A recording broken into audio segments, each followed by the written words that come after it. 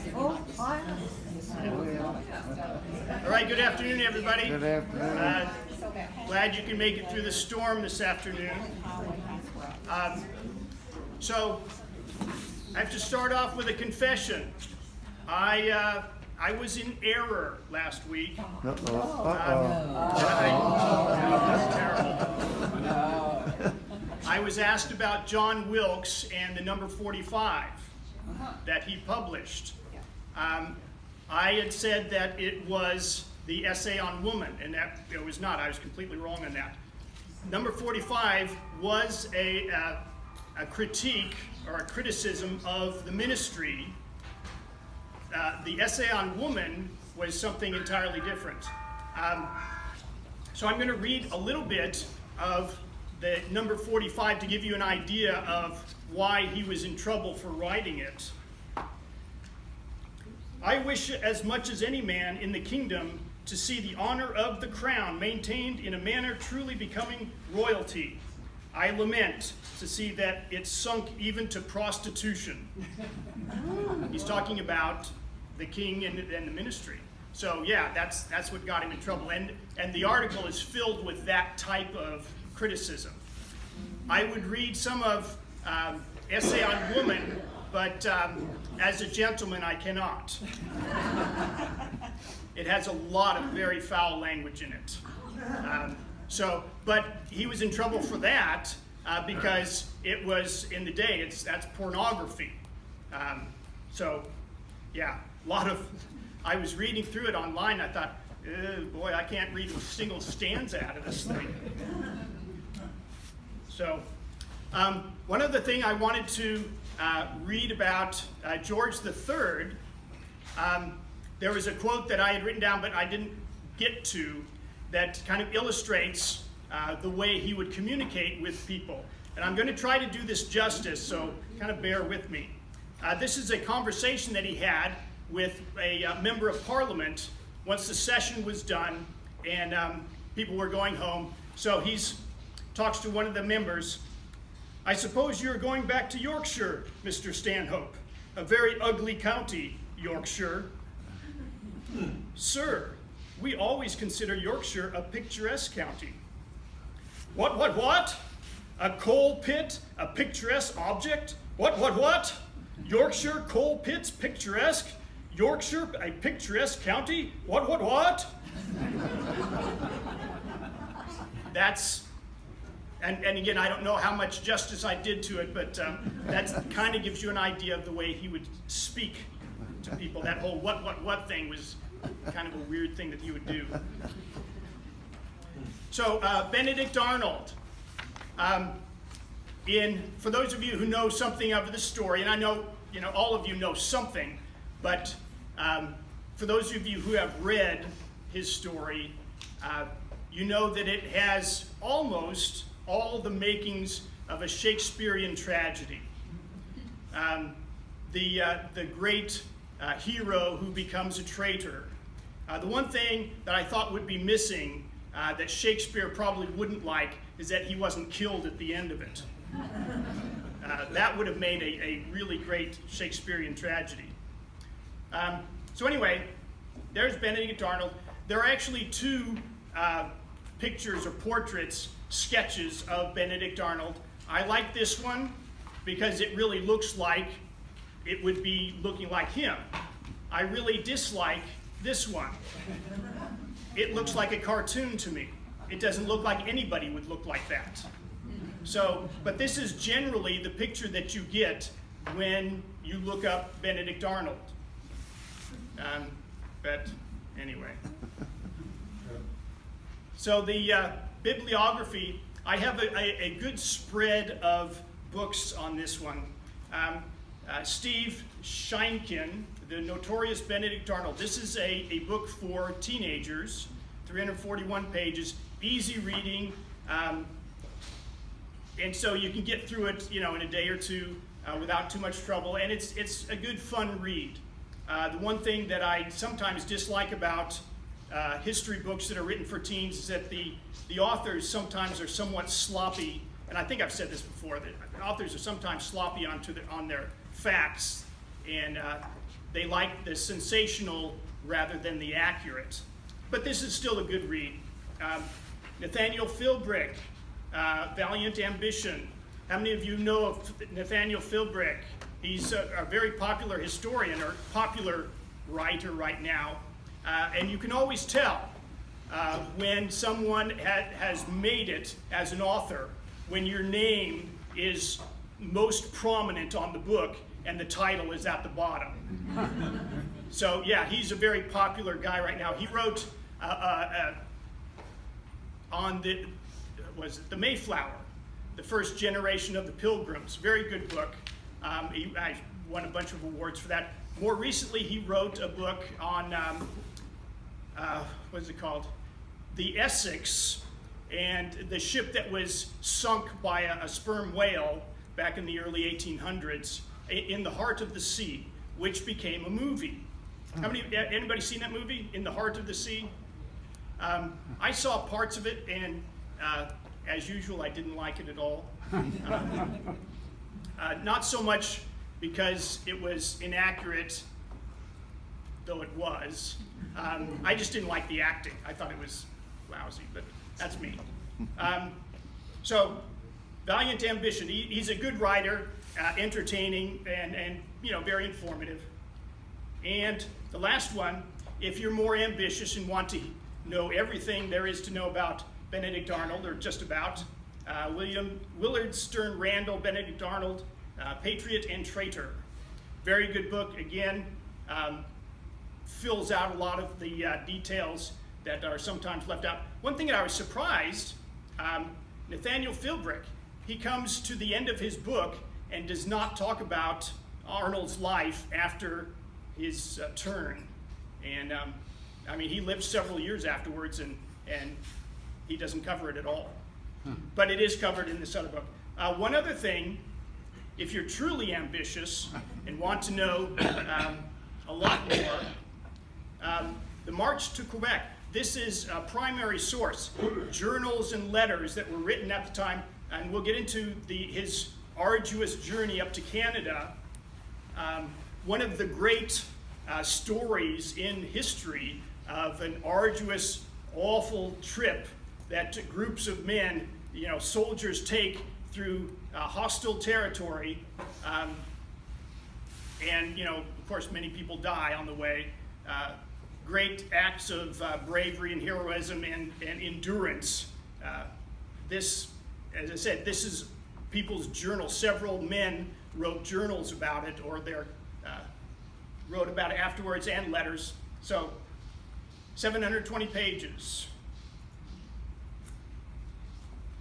Okay. So Benedict Arnold, as it turns out, he was the fifth Benedict Arnold. One of the things that kind of caught me on the first book, the teen book, he said that he was the sixth Benedict Arnold, but he was not. He was the fifth. I don't know why he would think he was the sixth, but let that go. So his ancestors settled in Rhode Island. Some of the first settlers were the Arnolds. It was William Arnold in the 1630s. The first Benedict Arnold became governor in 1663 and was reelected 10 times, or reelected 9 times after that. It was the third one who moved to Connecticut. The fourth one was his younger brother. It was very common in those days that if you really liked a name and your first one died, the next one you would name the same name. And so Benedict Arnold was the second Benedict Arnold in his family because his first one died. So born January 14th, 1741. He actually had 10 siblings, only 2 of which grew to adulthood. He and a younger sister. He had 3 younger sisters. 2 of them died of smallpox. He was a very active, athletic guy. If he were born today, he would probably be doped up on Prozac because his teachers couldn't stand him. He would never be able to sit still in class. He spent 2 years in school, from 11 to 13, and then his father's business, his father had a shipping business. He was a merchant. His father was also an alcoholic, and as business got worse and worse, he drank more and more. And so eventually the business collapsed. So Benedict became an apothecary, which is basically just a pharmacist now, only with a lot less training. His mother died in 1759. His father died a couple years later, and it was left to Arnold to pay off the debts. So he had to pretty much sell everything. He set up shop in New Haven, his apothecary shop. Today, we could compare it to something like a Walgreens or something like that. It's a drugstore with a bunch of other stuff that they sell. So he sold books, maps, cosmetics, jewelries, medicines. He even sold aphrodisiacs. The authors love to mention that. For men and women, by the way, in case you're interested. He was also a smuggler, as most merchants were. If you were in the business of buying and selling stuff, you were almost inevitably a smuggler, because otherwise you'd have to pay the duty on the items that you brought in, and you wouldn't make any profit because nobody else did. He also, during the non-importation of the Stamp Act, he kind of cheated, and he was taking in things that patriots were not supposed to be shipping in and selling. And one of his fellow sailors, and he would take the trips himself, by the way. He would sail to England or to wherever and buy and come back. And one of the sailors on the ships that he got into a fight with, and that sort of thing happened a lot with him. He was a very tightly wound kind of guy that could easily get angry. So one guy was going to turn him in, and he saw him and said, "You better get out of town right now, or you're going to get it." And he found the guy still sitting in the tavern drinking a little while later, so he pulled out a bullwhip and whipped him. He was fined 50 shillings, which was really just a token. Smugglers back in those days, the judges just kind of looked the other way, and they didn't really care. And they thought it was good for the economy anyway, so 50 shillings wasn't much to be fined for whipping somebody. So he got married to Margaret Mansfield, February of 1767. They had 3 children, and following the tradition, he named his firstborn Benedict. So there was another Benedict Arnold, who was the 6th one. And just as a side, he grew up to, became a captain in the British military and died at the age of 28, I believe, in Jamaica, fighting out there. On his many trips, as many men did, of course, he was cheating on his wife. And again, one of his fellow sailors was going to turn him in to his wife and let her know that he was cheating on her. And so he went to several of the ship's captains and other people that he knew to get sworn testimony from them of his good character. And I'm sure they said, "Yeah, sure, whatever, we'll sign whatever you want." Sticking up, because he would probably do the same for them. One interesting incident, when he was in the West Indies, there was a ship captain who invited him to dinner, and Arnold forgot to tell him that he was not coming. He did not RSVP. And the captain was greatly offended at this and told Arnold that he was no gentleman for standing him up like that and not even making notice. And so, of course, they had to fight a duel over this to preserve their honor. So they had a duel, Arnold wounded the ship captain. The ship captain fired and missed. And the rules of dueling are varied from time and place to another. And they were going to shoot again. If you didn't kill the other person or nobody's giving up, you can reload and keep firing until one person is dead or wounded, or you can both kind of make up. So Arnold told the captain, as the captain, it was the captain's turn to shoot, and they were taking turns, by the way. This wasn't, turn and fire really quick. You had to stand there. He told the ship's captain, if you miss, I am going to shoot you dead on my next shot.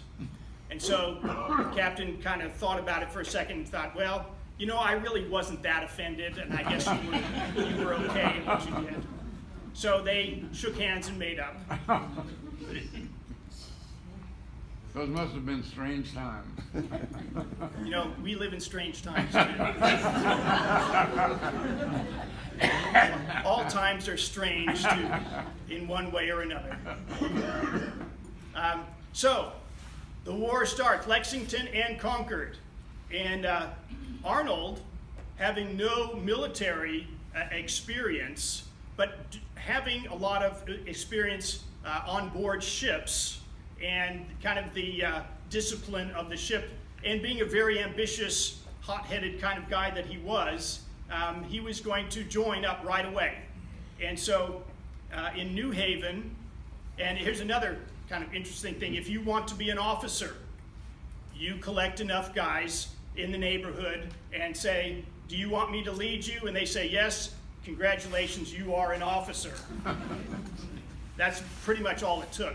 And so he collected a number of men in his neighborhood, and he went to the town stores and told the keeper of the keys, we are going to take some powder and lead and weapons, and we're going to go to Boston because Boston is being besieged. The redcoats are being besieged, and so open up the door, and we're going to take some powder and lead and weapons. And the guy said, well, what authorization do you have? And he said, no, just open the door. And so they kind of had it out, and finally the guy just kind of gave in and said, well, I guess. And he opened the door, and so they collected their supplies and marched over to Cambridge on the outskirts of Boston. Unfortunately for Arnold, nothing's happening there. People are just kind of sitting around waiting for the action. And he couldn't stand that. He was too hyperactive to just lay siege to a place and wait for the outcome. So he knew, because he's a well-traveled guy at this point, he knew about Fort Ticonderoga, and that there are several cannons up there that can be used used to good effect, and they need them. So he asked whoever he thought was in charge, and this was before Washington came to take charge.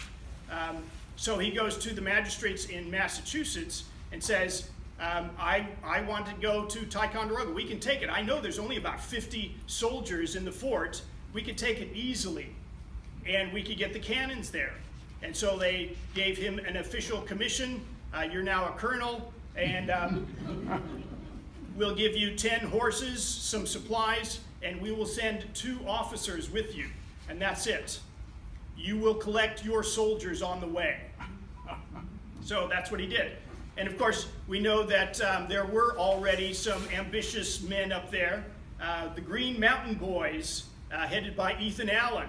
Ethan Allen being a rough and tumble, sort of really rugged backwoodsman, and he was a monstrous height. He was 6'6", and that's tall today. That was an enormous size back in those days. And so he shows up, and he was in a tavern going to collect soldiers, and they say, we already have Ethan Allen who's on his way right now. He's going to take Ticonderoga.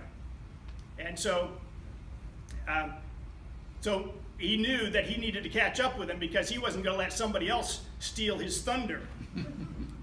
Here's Ethan Allen statue. 6'6". 6'6". It's a monstrous size for those days.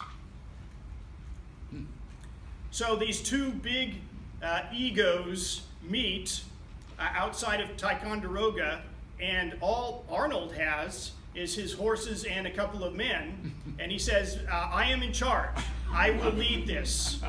And he was lucky they didn't just grab him and throw him in the nearest river, because that's the sort of thing that they would generally do to somebody who's going to take charge and they don't even know the guy. And so the men were all, this isn't going to happen. And Ethan Allen says, this is a joke. You're not going to take charge. I am in charge.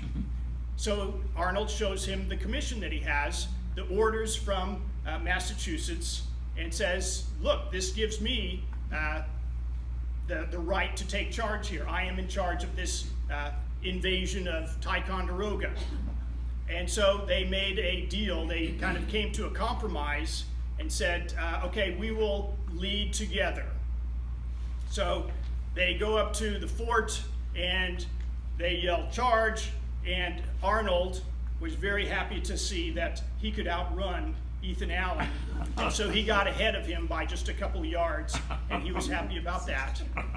But they took the fort very easily. They had a couple hundred of these, their soldiers with them, the Green Mountain Boys, and there's only about 50 soldiers in the fort, and they surprised them early in the morning. They were just waking up, and so it was a fairly quick operation. About 10 minutes. And also, just after this time, he finds out that his wife has passed away, and we don't really know how she died. It was probably some illness of some sort that so many people would die randomly by. But so his wife had died not long after this. And here's a picture of the two of them. And so the captain of the fort says, by what authority? And this poor guy doesn't even know what's going on. He didn't even know that there was a war going on. And so he has all these Green Mountain Boys invading all the fort, and he doesn't know why. So he says, by what authority are you taking charge of my fort? And so he says, in the name of the great Jehovah and the Continental Congress. And that was supposed to do for him. So they took charge of Ticonderoga, and of course Arnold, again, very frustrated because none of these men were going to follow his orders, and they weren't really used to following any orders that they didn't like anyway. They had the fort now, and they could plunder it as they chose, and they tried to pretty much take whatever they could take and run rampant, empty all the wine barrels, and have a good time. Ethan Allen, being just one of them, was perfectly all right with that. Benedict Arnold, of course, was not. Very strict and military-like. There was another fort, Crown Point, just a couple miles away. He went and took that as well, which was not much. I mean, very easily again. And then he decided to go back to Boston. George Washington, having recently taken charge, he could talk to somebody who could get somewhere. He knew the next step was to take Canada. It sounds pretty impressive, except that Canada at that time, if you took two small cities, you've got Canada. And that's all it would take. So he went and talked with Washington, said, send some men with me. I'll go up to Canada. We'll take Montreal and Quebec. That's all we need to do, and we got Canada. So there was already an expedition up to take Montreal, and so he was going to take Quebec. So he got to choose. Washington said, take the men you want, about 1,000 or so. And so Arnold went around asking men who wanted to go on this trip. It's going to be dangerous, it's going to be arduous, but at least you don't have to sit around here all the time. And a lot of men were getting pretty fed up with it. So he also came across Daniel Morgan, and his riflemen from Virginia, which came in very handy because riflemen, as you know, can shoot much farther than someone with a musket. They could hit and kill at 250 yards, which was an astounding distance at that time. If you had a musket, you'd be lucky to kill anybody at 100 yards. So Daniel Morgan and his riflemen joined up and went with him. Wait a second. So I'm making short work of this journey of theirs. He goes up to Maine, goes up the Kennebec River some distance, and they are traveling. And this whole journey really could be a lecture in and of itself because of the harrowing, awful ordeal that it was. The weather, the carrying, the boats that they had to carry several miles from one watershed to the next. The ground is either marshy and mushy, and so you make 2 or 3 miles a day. The mosquitoes, of course, are awful. The food gets ruined, and just one thing after another was going wrong. At one point, about midway or so, they make, when their provisions are running low, they lost a lot of food, they have a vote. Do we want to go on or not? And so they voted, yes, we will still go on. So Arnold says, I'm going to take a group and I'm going to go up ahead and see, make sure that we got the right pathway, and I'll send back help. So he went on ahead, and once he left with a couple hundred men, they decided, let's have another vote. And so 300 of them decided, we've had enough. So they went back. And they took most of the supplies with them. And so the couple hundred that were left, 300 or 400 that were left, were cursing their fate and had to catch up to Arnold or, keep going on very low supplies. And then as winter arrived, or late fall, you get more and more northerly and it gets colder and colder. They couldn't tell which was worse, tromping through the marshy muck or the freezing cold. But anyway, they finally reached it, and now they're down to about 600 men. November 13th. Here's Daniel Morgan. It was said that he fought in the French and Indian War, and he had a fight with a British officer and slugged him and knocked him to the ground. For that, he was given 500 lashes. That was normally a death sentence. His back was ripped to pieces, but he survived. And he even had a sense of humor about it. He said, they only gave me $4.99.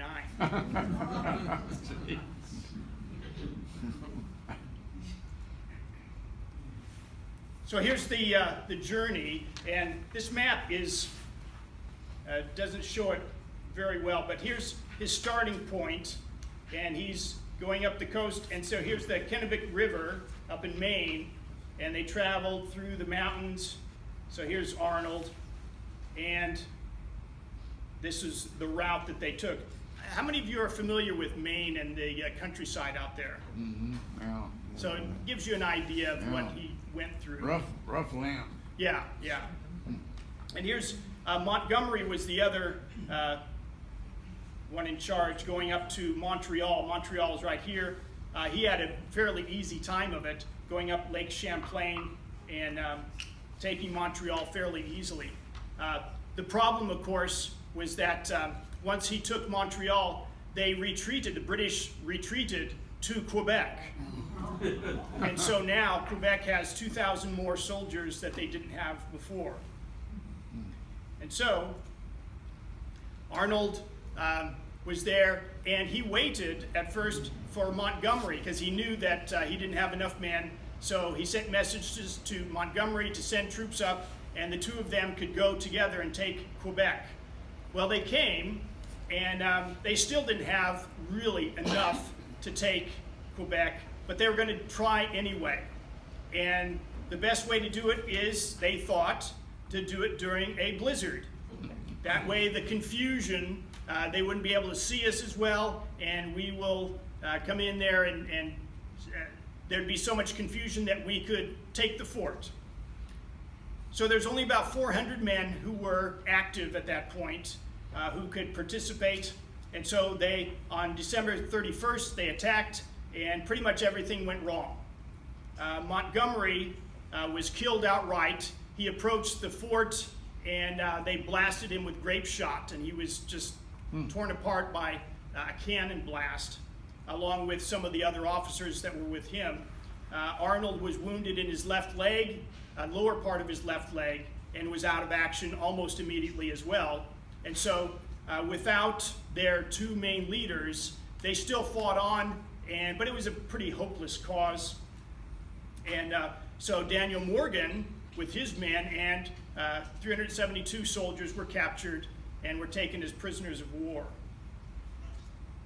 So here's Quebec, the American camp. Montgomery goes this way. Arnold went this way, and they were going to sow confusion in Quebec. But as I said, they were both wounded, or Arnold was wounded and Montgomery was killed almost right away. So it pretty much fell apart. So Arnold was not going to give up. He was going to lay siege to Quebec, and hopefully he would get more reinforcements and try again. So he got some reinforcements. If you remember when I was talking about Ben Franklin at this time in the springtime took a trip up to see Arnold and talk with him and report back to Congress on whether they should send reinforcements or not. And Ben Franklin thought it was promising, and so he recommended that they did. So he got a little reinforcements and some troops, some supplies, but it wasn't going to work out because the British also were sending reinforcements. And so once the British reinforcements came, Arnold knew he had to retreat, and so he made it back down to Ticonderoga. In the process, this mad scramble, he first retreats to Montreal, and he needed supplies, of course, and so he was going to the merchants and giving them IOUs. And so that was legal from the American standpoint. You can take what you like, give them IOUs, and hopefully someday they'll get paid. But apparently it wasn't, he didn't give IOUs to everybody that he took supplies from. By some oversight or on purpose, we don't know, but it happened. And so one of the many men who are rankled by his sour disposition decides that he's going to make this accusation against Arnold. And so Arnold had his first court-martial. So Arnold takes supplies, gives IOUs. Some are taken without IOUs. And so he is accused.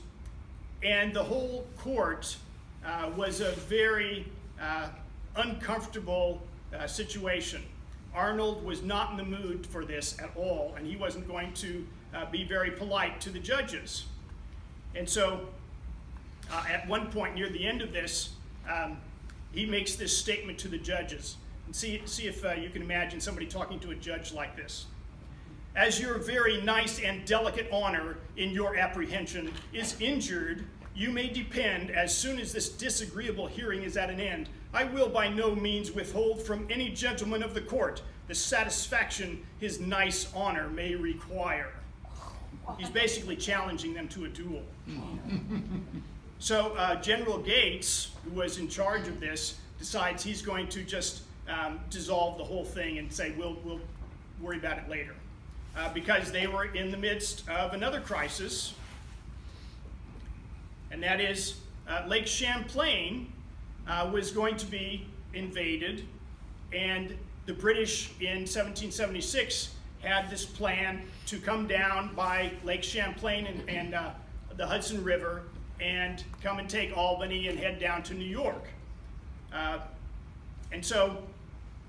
it was a very logical thing. When you have troops up in Canada, that's the direction that you go.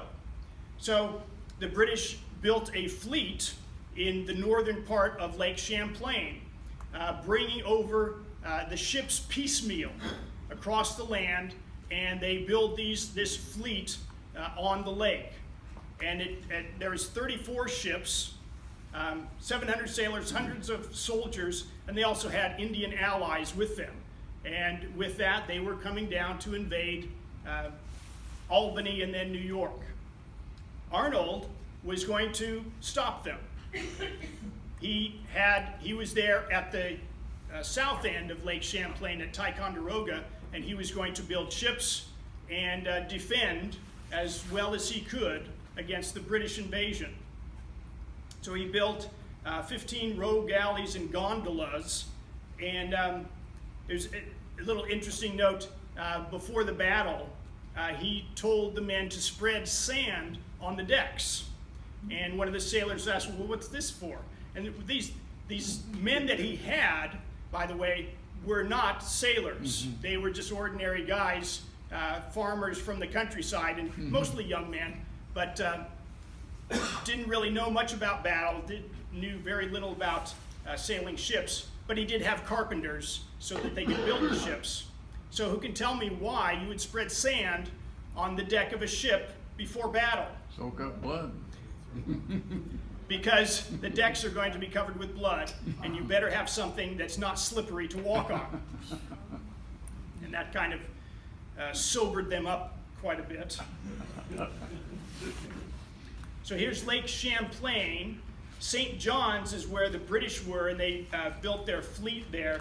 You see there's Montreal, and the plan was to come down Lake Champlain. There's Crown Point in Ticonderoga, and so they're going to come across to the Hudson River. There's Albany, and keep on going down and take over New York in league with other British coming to New York. And so Arnold was going to stop them with inexperienced men with a fleet that's less than half the size of the trained British fleet. And so we come to the Battle of Valcour Island. Arnold knew that he could not just send his fleet out there and attack. So he had a plan. His plan was to hide behind an island and wait for the British to pass by. He would then have the wind to his back, and so the British could not maneuver very well and come at him. And so that's what he did, and it worked out very nicely for him. The British passed by, the Americans attacked with the wind at their backs, so they had all the maneuverability that the British did not have. And so it was a cannon duel all afternoon. Of course, as I said, they had Indian allies. The Indian allies got off the ships and were firing with their muskets from the shore at the Americans. But it was a back and forth duel all afternoon, and the Americans gave it to them pretty well. Enough to damage several of the British ships, and one of them in particular, the powder magazine was hit, and just the whole ship blew up, killing half the men on that ship. So here's Valcour Island. The British come this way, and then they see the Americans behind them, and so they battled it out. And earlier, probably about not quite 100 years ago, they found one of Arnold's ships that is now, I believe, in the Smithsonian. One of the gondolas. And so this is what one of his ships looked like. There's a cannon at the front, and if you can see, there's two cannons in the back going side to side.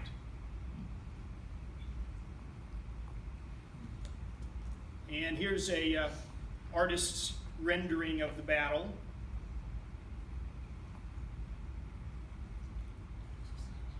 So once the battle was over that day, Arnold knew that he was in trouble. The British still had him outgunned and outmanned by quite a bit.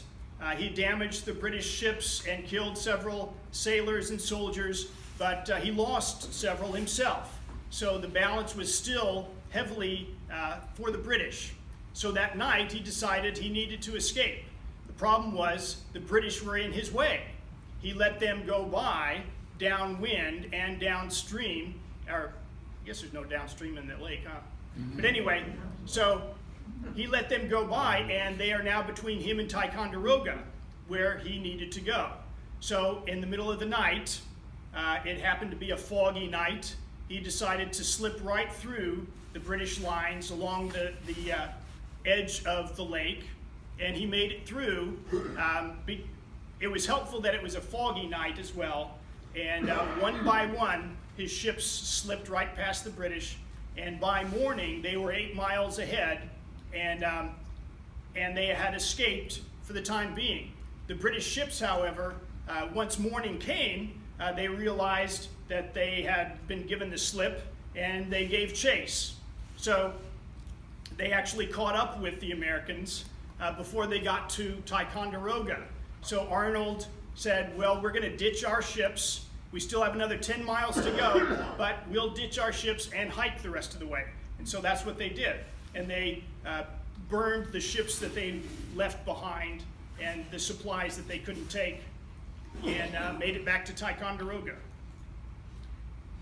And so now one of the first great slights that Congress imposed on Arnold, after all of this harrowing adventures, and by the way, Arnold was truly a brave man in battle.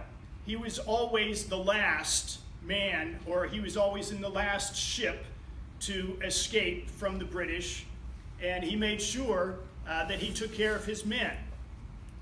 And so once Congress got together to promote different generals to major general, and Washington had given his input as well, Congress did not take any of Washington's advice, but they promoted these 5 guys to major general and completely ignored Arnold.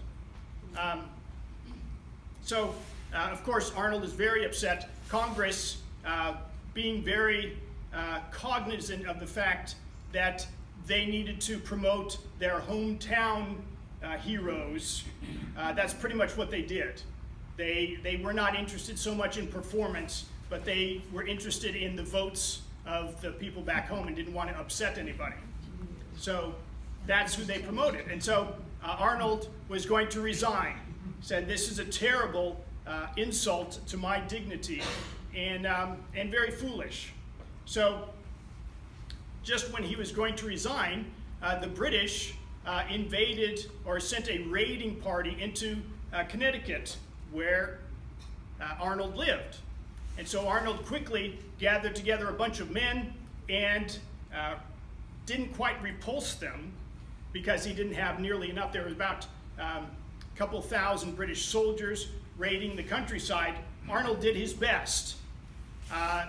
The raid was more or less a success for the British, but Arnold proved his bravery, had 2 horses shot out from under him, and kept going.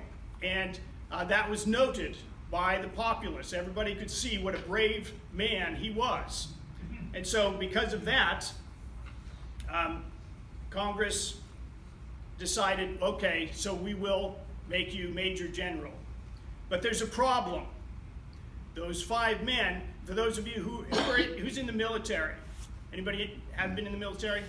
What's the problem with someone who's promoted to the same rank as someone else who was promoted before them? Seniority. Seniority. So those 5 men who are promoted ahead of him still have seniority. And so Arnold's still angry. And so he talked to Congress, members of Congress, and saying, look, this is not right. I should be at least have the same seniority as these 5 men. And so he was going to resign again. And it was Washington who said, look, we need you, Arnold. There's another invasion. The first one was foiled, and you did a great job. The British fleet was so damaged in Lake Champlain that they had to call off the whole invasion and go back to repairing their fleet. So for that year, Arnold had saved America from this invasion. But there was another general who was going to come down and do the same thing. And this one was General Johnny Burgoyne. Gentleman Johnny, they called him. Quite a character, this guy. Very accomplished, very intelligent. He was also a playwright who is well known in London as a gentleman who was very intelligent, very flamboyant, and a great braggart as well. So he was going to, he had the same plan. You come down from Canada, only this time it was going to be a three-pronged attack. He was coming down from Canada, and Colonel St. Leger was coming from Ontario to the east, and General Howe was going to come up from up the Hudson River to Albany and meet them all there, and they were going to isolate all of New England. So that was the plan. Burgoyne had about 8,000 men coming down from Canada.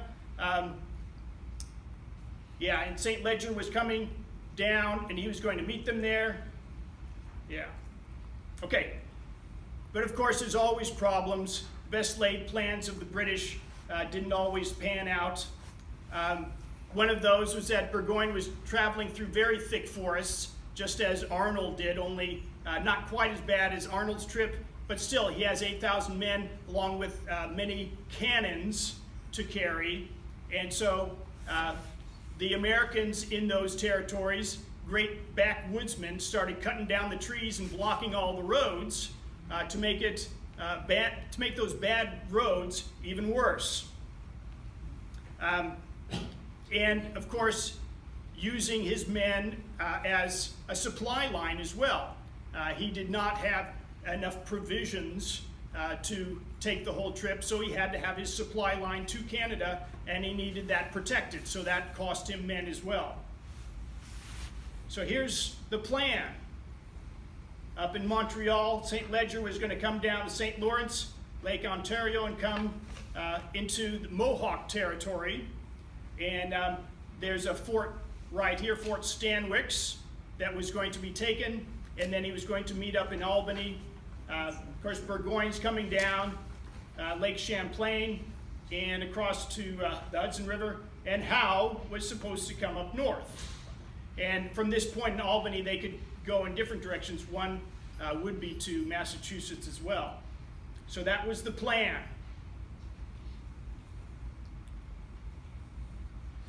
So Arnold, at Washington's behest, comes up to help General Gates, who is in charge of this. And so the first thing that he wants to do is to take care of Fort Stanwix. Fort Stanwix was being besieged. They had the Indians and St. Leger surrounding them, and it looked bad. They were outnumbered, and sooner or later they had to give in. Gates was not going to send a large number of men, large enough to take care of this. So Arnold says, look, give me a couple hundred men and I'll see what I can do. So he took his men and headed out that direction, and really wasn't sure at first what he was going to do until they captured a teenage boy who was a messenger for the British, and someone gave him the idea, look, this poor kid, we're either going to hang him as a spy, as we normally would, or we can use him. So they decided to use him. He is a messenger.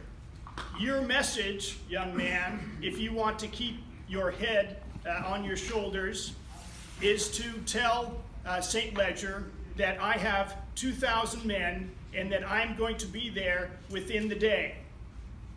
And so he took the kid's coat off and shot it a number of times so it had bullet holes in it, and sent him on his way. And so the kid did what he was asked to do. He told St. Leger that the Americans are coming, and they've got 2,000 men and they're going to be here anytime. They're not far behind. And so St. Leger was a bit in a panic. The Indians who were with him found out about it, and they didn't like that either. The Indians quickly gave up and left.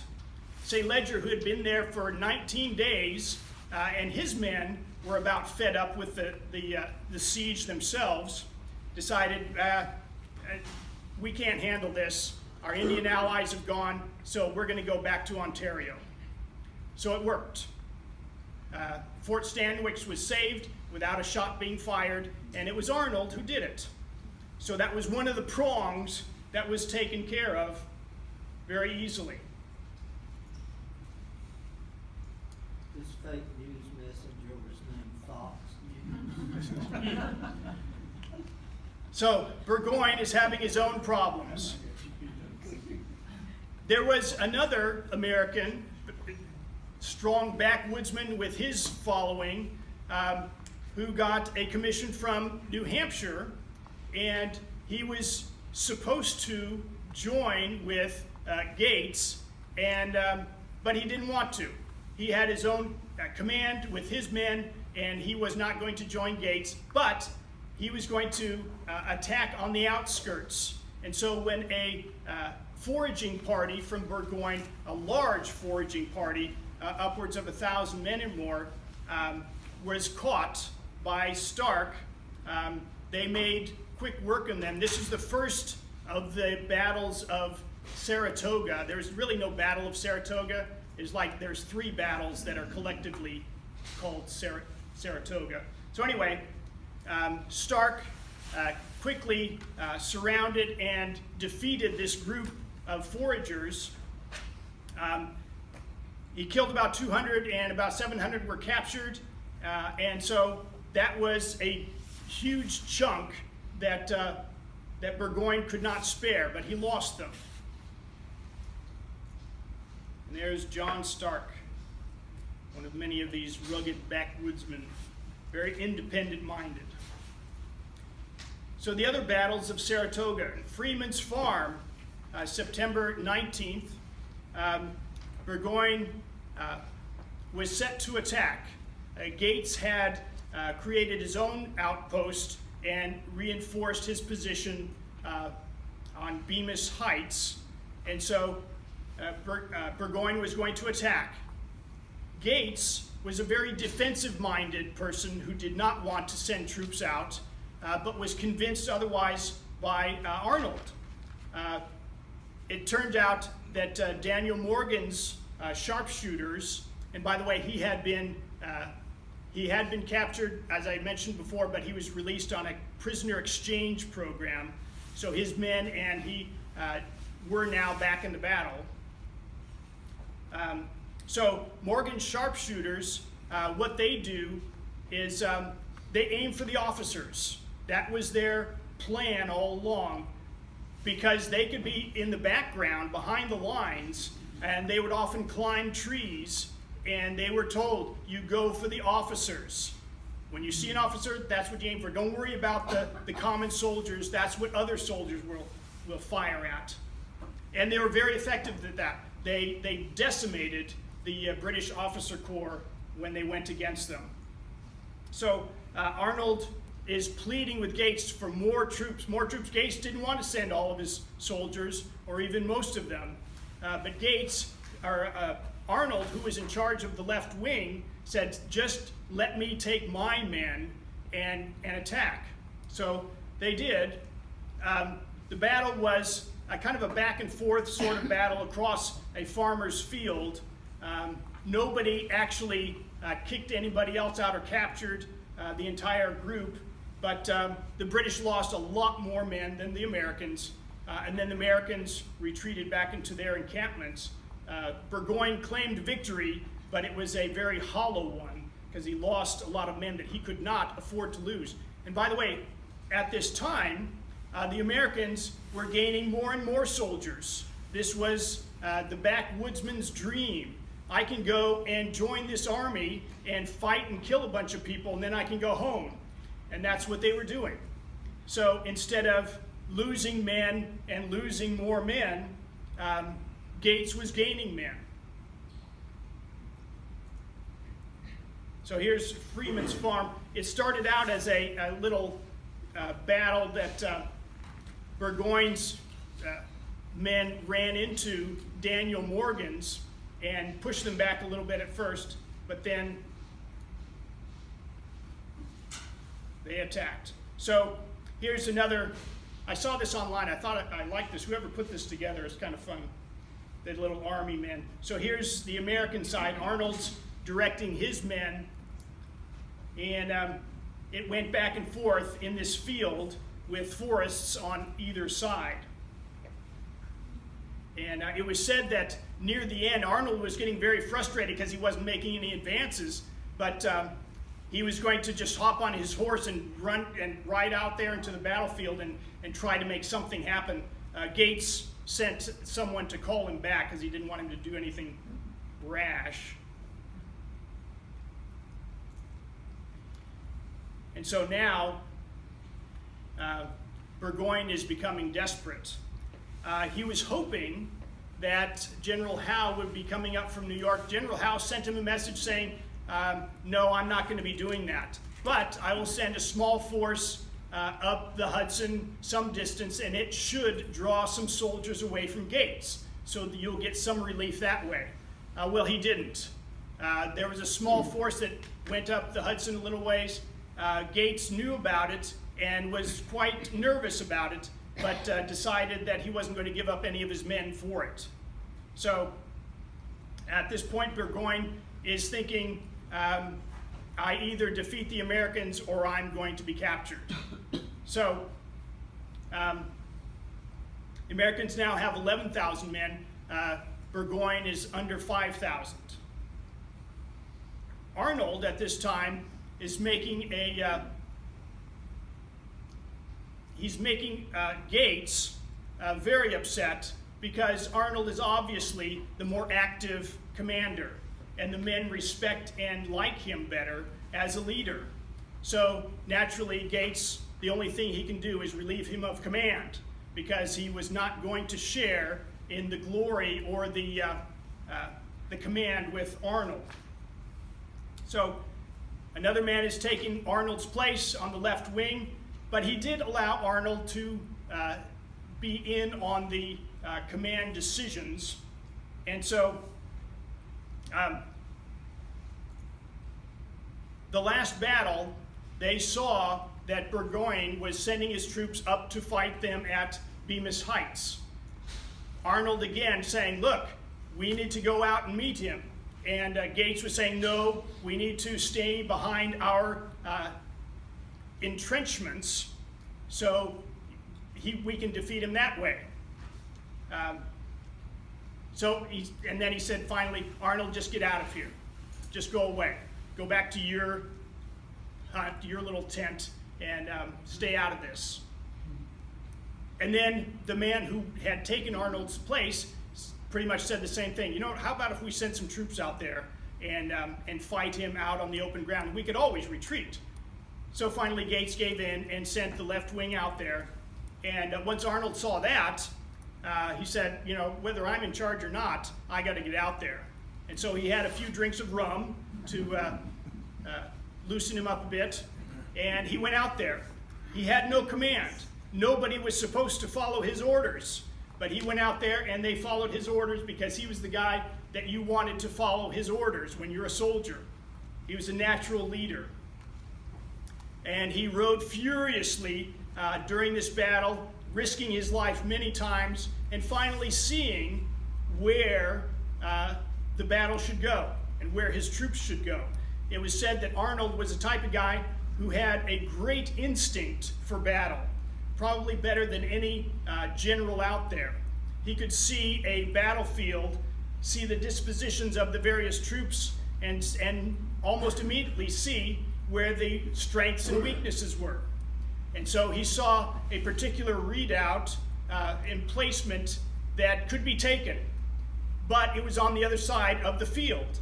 So he rode kind of diagonally across the field and entered into the back of this redoubt with soldiers that he was gathering along the way, took it, and finally put an end to this battle.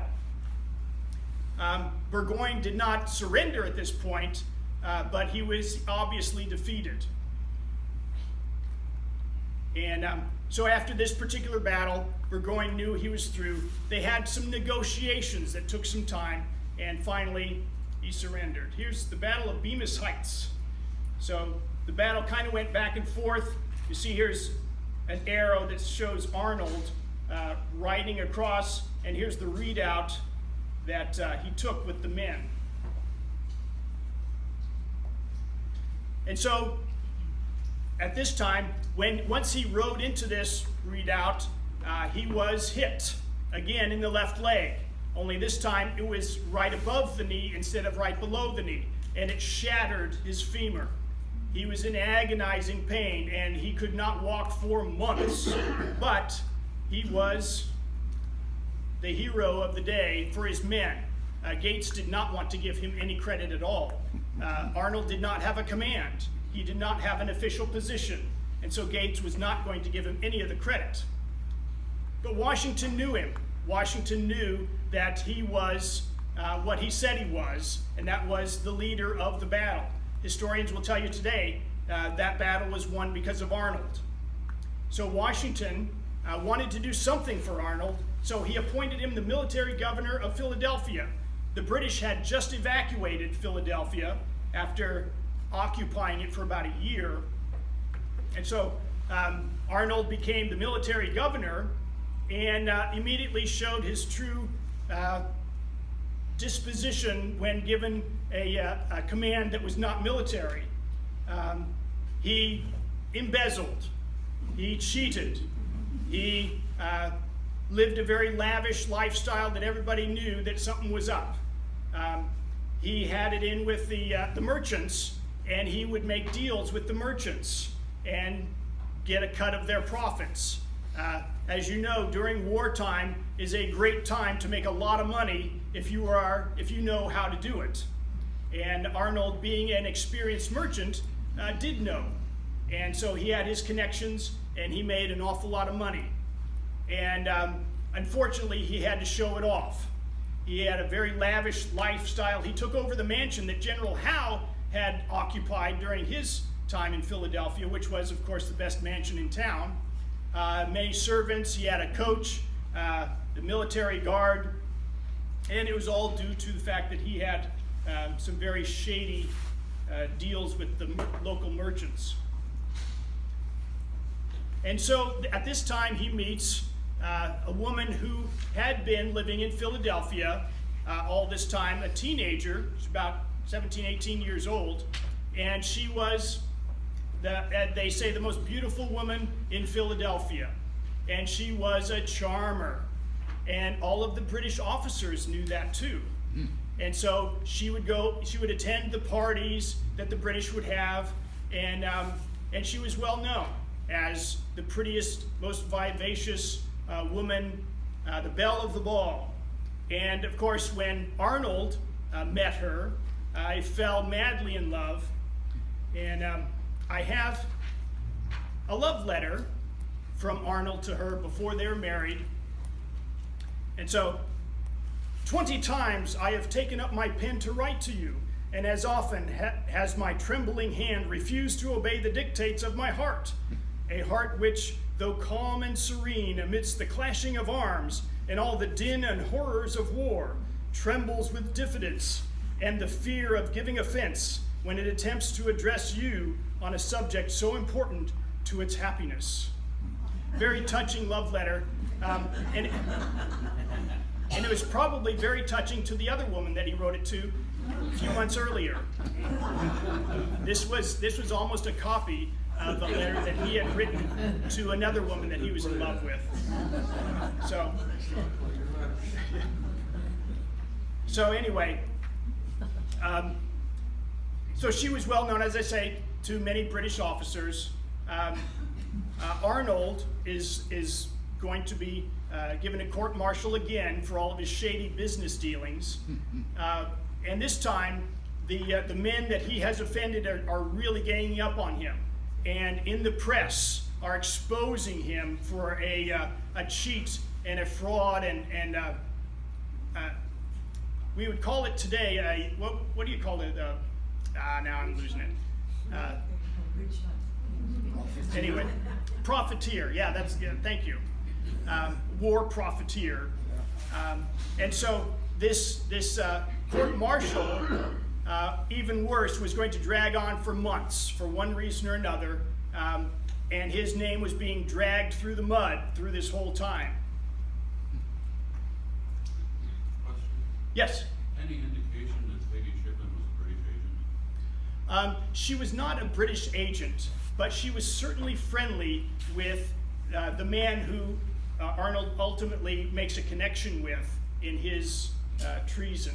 So, but I'll get into that in a minute. So there are two images of Peggy that survived. Here she is with an amazing hairdo. How she could even keep her head up with that is, I don't know. To me, it looks like it would be an exaggeration from the artist, but I don't know. And then later on, here she is more matronly looking and with one of her children. They had, I believe, 5 children together. I could be wrong on that. Anyway, they had several children together, and this is Peggy in later years. Now, one of the questions, of course, is, was it Peggy that made him turn to the British? We don't know. We know that she was certainly a contributing factor. She was very good friends with several British officers. The one in particular, John Andre, that makes the connection with Arnold, she was very good friends with. Arnold, going through this court-martial, was obviously very bitter himself and thinking that this country of mine is not showing me due appreciation for my services, and maybe I can do better with the British. So in any case, he sent a messenger to John Andre, who Peggy knew, and so this was the first that we know that there was a connection. May 10th, 1779. Andre was shocked when he found out about this, when he get this message from, of all people, the great hero of the Americans, probably in many minds even greater than George Washington. I mean, how many battles did George Washington win? Not as many as Arnold. So this was a complete shock to Andre. But anyway, so through several months of negotiating, and through these months, Arnold is giving him intelligence of American troop movements. They finally agree on a settlement. Andre initially said, well, why don't you take command of a group of men and lead them into an ambush and make them surrender to us. And at that point, we can get a good advantage of the Americans. Arnold didn't like that. His suggestion was West Point. He said, I will get a command of West Point, and then I will allow the British ships to come up and take over West Point. So they said, okay, that will do. And he was promised 20,000 pounds, which comes up to roughly $3 million in today's money. And here's Major John Andre. So the plan, as I said, was to take West Point. Arnold goes to Washington, who he knows is very sympathetic, and says, this is what I want. Washington really wants to please him, but Washington wants him to command his left wing.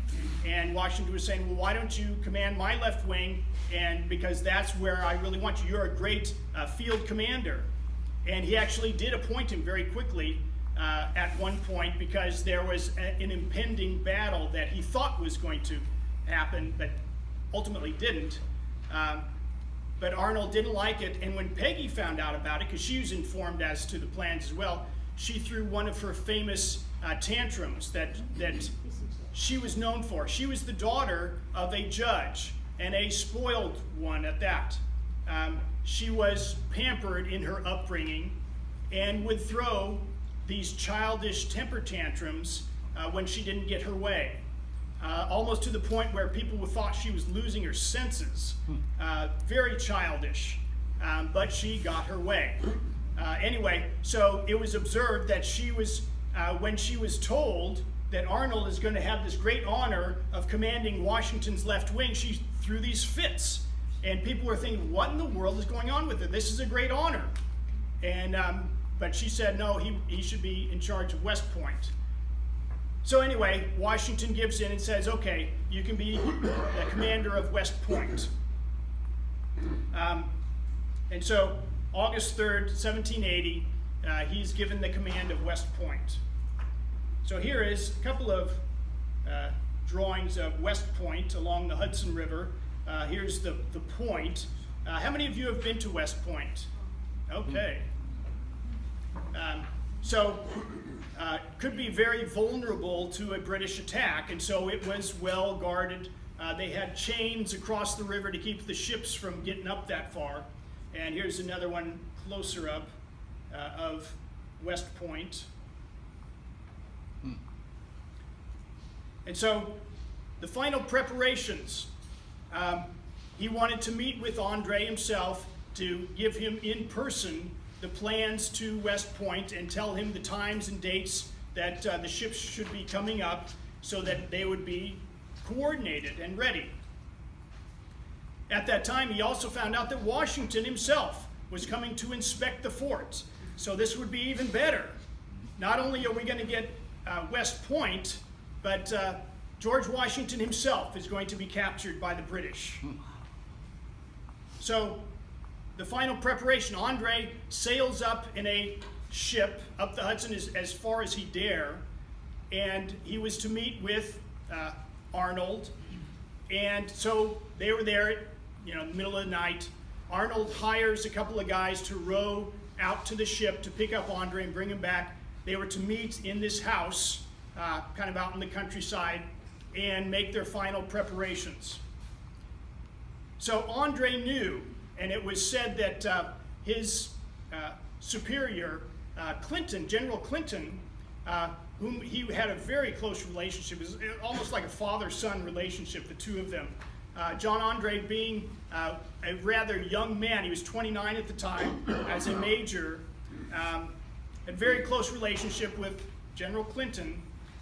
It was said, and I don't know that this was confirmed, but Clinton told him the 3 cardinal rules that he must follow in this. Clinton didn't like the idea that he was going out there anyway.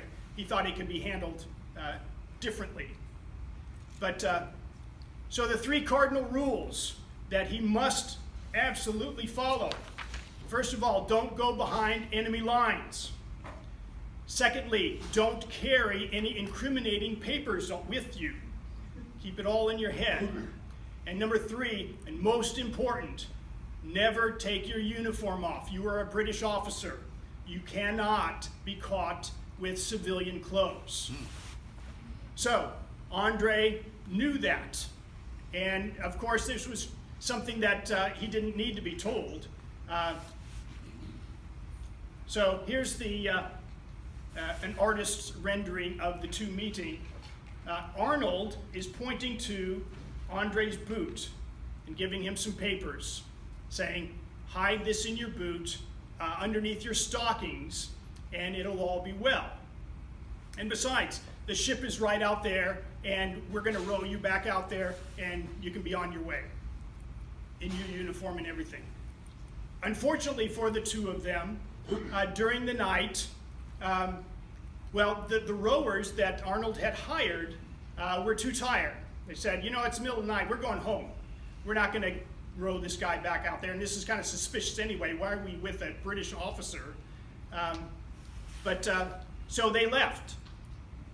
So he said, okay, it's daylight now. We're going to have to wait until the following night to get you back out there. So here's this British ship in the Hudson River in the daytime. An officer with his troops spots this. They have a couple of small 4-pounder cannons, and they start taking pot shots at this ship. A 4-pounder isn't much, but hey, it's a British ship, so we're going to fire at it. And so they spent some time shooting at this British ship. the British ship's kind of nervous. They've been found out, and so they sail back down the Hudson. Andre is now stranded. So, Andre finds out the ship is gone. What's he going to do now? He's already broken the first rule of going behind enemy lines. So now, as I say, Arnold gives him the papers. No, you really should have these papers. And Andre's saying, you know, I can just remember what you're telling me. But no, here are the plans to West Point. You should have this and show this to your superiors. So we'll get the plan right. So Arnold, so Andre now has to travel overland. Arnold gives him a guide, tells him this is where we're going back down to New York. And so the guy said, but why is this guy wearing a British uniform? He said, don't worry about that. Oh, and by the way, how about if we give you some civilian clothes? Because you're not going to make it. You're already behind enemy lines. They're not going to, you're not going to get through up here. So they give him civilian clothes. So now he's riding, it's a 2 or 3 day journey that he has to take. And he's riding down.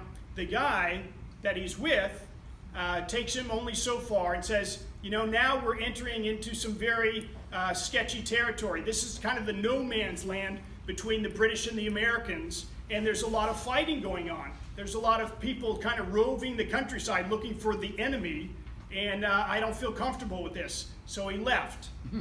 So Andre is on his own, but it's okay. He's pretty close to British territory and thinking that it's all right. He's pretty much made it. So he's riding along, and he is stopped by 3 men. And he's thinking he's okay because now he's in British territory. So the men that he's encountering will be with the British. And so he tells them, I'm on a mission from Great Britain, so please let me on my way. And the men say, we're with the Americans. So get off that horse and you're with us now. But he says, oh wait, thank heavens you're with the Americans. I have orders from General Arnold himself giving me a pass this direction. So thank heavens, I thought you were with the British, so I had to say that. Sure. And so the men are a bit confused. They see the paper. This is from General Arnold. And so they're thinking, you know, if you would have given us that at first, we wouldn't have been so suspicious. But now this is kind of weird. And so they searched him, and they found the papers. Oh. And they decide, you know, we're not really sure, but we know we need to turn you into the nearest American outpost. And so they did. So the American officer who finds this has Andre and the plans, saying, uh-oh, this is bad. We need to do something. We don't know how he got these orders from Arnold, but something needs to be done. So he sends 2 messengers. He also knew that Washington was coming. So he sent 2 messengers, one of them to Washington and one of them to Arnold, to let them know that we caught this guy and this is really suspicious. So please let us know what to do with him. So the 2 messengers go. I guess I've already covered this, haven't I? So Andre was captured. I already covered that too. This is a great story. I was really into it when I was reading it. So 2 messengers are sent. Arnold gets the message first and realizes the jig is up. And it was said the people around him who saw him read this message, his face just went white. And he was stunned and immediately gets up. His wife, Peggy, is upstairs in the house. He runs up to her, talks to her for a couple minutes, and then leaves, says, I'm going to inspect the fort, and takes off in a rowboat. The messenger to George Washington couldn't find him. George Washington was on the way, but he decided to take a roundabout way. It was a nice morning, and he was going to see the sights, and so he was kind of taking his time. And so Washington arrives, and nobody really knows what's going on. He's asking for Arnold. Arnold isn't there. Arnold should be over at the fort. So Washington rows across the river, goes and inspects the fort. Arnold isn't there, and the fort is in terrible condition. Arnold wasn't going to put this into ship-shape condition because it was going to be taken over in his plan. So Washington takes a look at the fort and says, there's something really wrong here. Nobody's prepared for anything. So he rows back across to the house, and then the messenger arrives, who is trying to chase him down all day, and hands him the message. And it was said, so Lafayette was there with him, and Hamilton was also with him as his aide. And Hamilton recounts what he saw in George Washington. And that would have been a sight to see. Here's Washington taking a look, reading this note, and they say his hand started to tremble. And he was just shocked and just said, Arnold has betrayed us. And everybody else is just totally stunned as well. Who can we trust now? One of the greatest generals that we have has betrayed us. So, and then they start hearing Peggy screaming upstairs. Washington had a very soft spot for women, and so he goes up there, and she's in hysterics. You're going to kill my baby! And that she went on and on. Are you going to kill my baby? And of course, Washington's thinking, well, she couldn't be a part of this. She's too innocent. So they were very tender and treated her well. We're not going to kill you. Everything's fine. We will treat you well. So Washington stunned. Peggy's, yeah, have you ordered my baby to be killed? She puts on a great show. And she was probably only half faking it, because she knew that her husband could be caught and hung, and she could be caught and hung as well. So she put on a show, but the emotion was there, was real. And so they have Andre. They really want Arnold, but they have Andre. Andre turns out to be quite the gentleman, a well-read, intelligent man, very composed, and he was pleading for his life. He said, look, I'm an officer. I wasn't supposed to take off my uniform. I wasn't going to be a spy. It was only just by happenstance that I did this. So I should not be hung as a spy. And General Clinton, when he found out that Arnold was captured, almost like his son, he was beside himself in tears, wanting his major back. And very angry, by the way, at Arnold, who had left him behind like that. So Washington says, well, why don't we make a deal? In so many words. It wasn't overt by any means, but it's basically, if you could have Arnold in such a way that we could have him, then I could give up Andre. And of course, Clinton couldn't do that. He wanted to.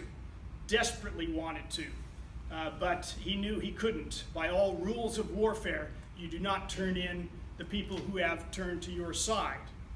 And so Arnold faces his fate bravely.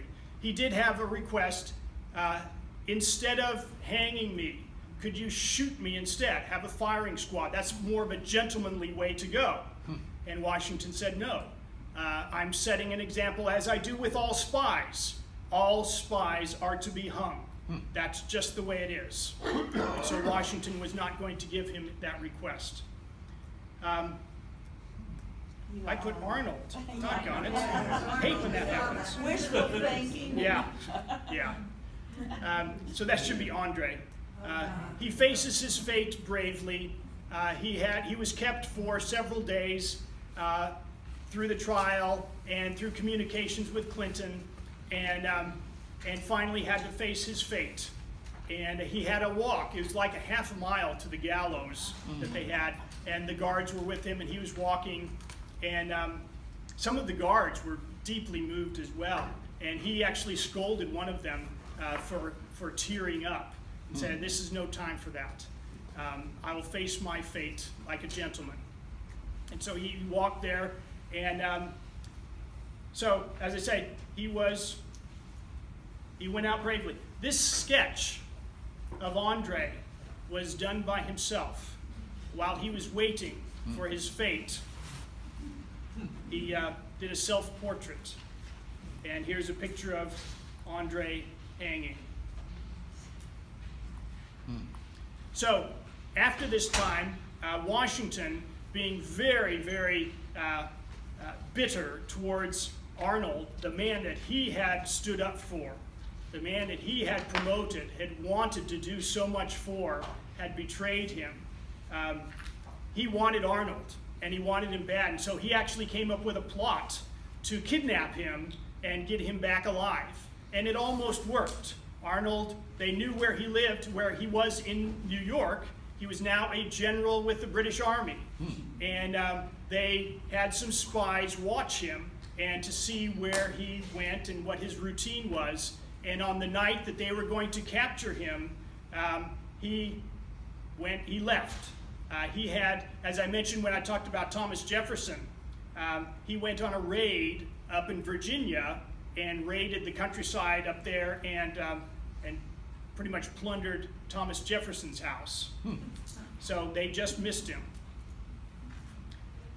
So instead of the 20,000 pounds that he was promised, he didn't give them West Point, so he got 6,000 instead. He led 2 raids out into the countryside that didn't amount to too much. And so at that point, near the end of the war, he resigned his commission, went to England. He knew he couldn't live in America anymore. And he actually got to see and speak with King George. And after Saratoga, he was one of the few who would console King George and say, no, we can still get him. We can still win this war. And George kind of liked that because that was one of the few men who would tell him that. He moved to Canada, and he was a merchant for several years and would actually go back and forth. He died at 60 years old, 1801. And, and in his will, Peggy was still alive, and in his will, he revealed that he had a bastard son that he was leaving a certain amount of money to, and Peggy, as the executor of his will, actually carried through with it and gave the young man his money. Who was the mother of that kid? Oh, just some woman in the West Indies that he came across. Yeah. So when Peggy died just 3 years later of uterine cancer, she was only 44, she died of cancer, it was found that she had kept a locket with a lock of hair from John Andre all of these years. So, in conclusion, we have Arnold's monument. How many of you have seen this one? The Battle of Saratoga, he was the hero. So afterwards, we put up a monument to the great hero, only his name is not mentioned. But everybody knew that he was wounded in the left leg.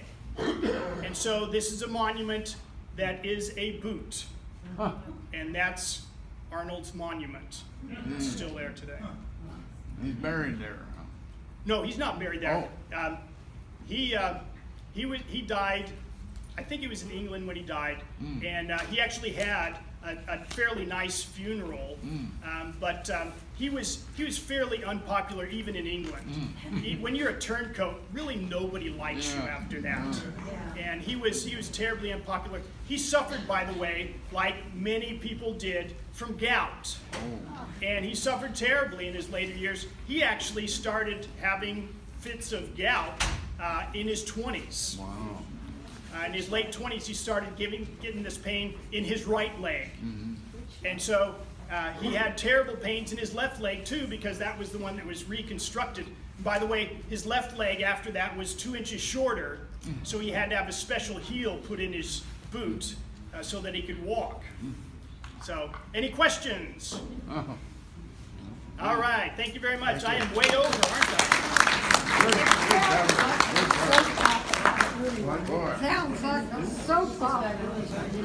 It's live. Yeah.